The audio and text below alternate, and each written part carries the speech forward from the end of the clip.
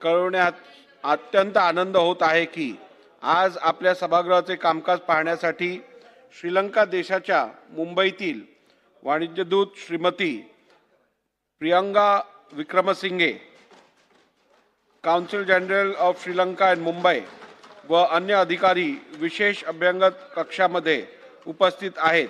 आपण सर्वांनी त्यांच्या टाळ्याच्या गजरात हार्दिक स्वागत करूया।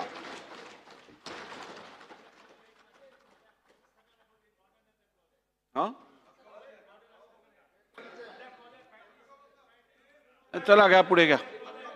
नाही, मी त्याच्यावर सांगतो तुम्हाला। नाही आगे।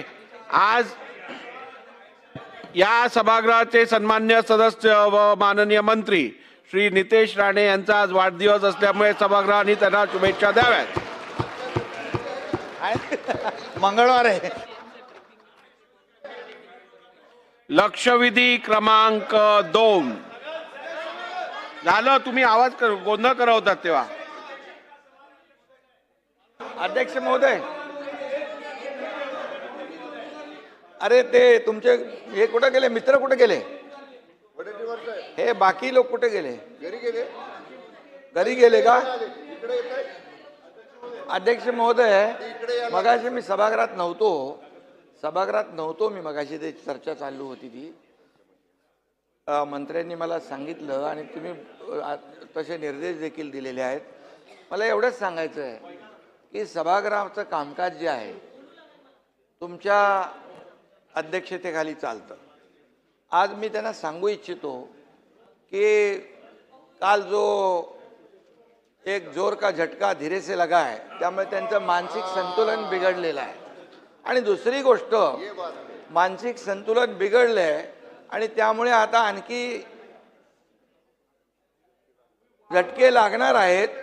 अध्यक्ष महोदय, तुम्ही सभागृहाचं कामकाज नियमानुसार चालवता आणि आजपर्यंत तुम्ही दिलेले निर्देश आणि तुमच्या अध्यक्षतेखाली या सगळ्या विरोधी पक्षाला देखील त्यांचे मांडण्यासाठी, प्रश्न मांडण्यासाठी जो काही वेळ देता तो आतापर्यंत कधी विजय भाऊ दिला होता का?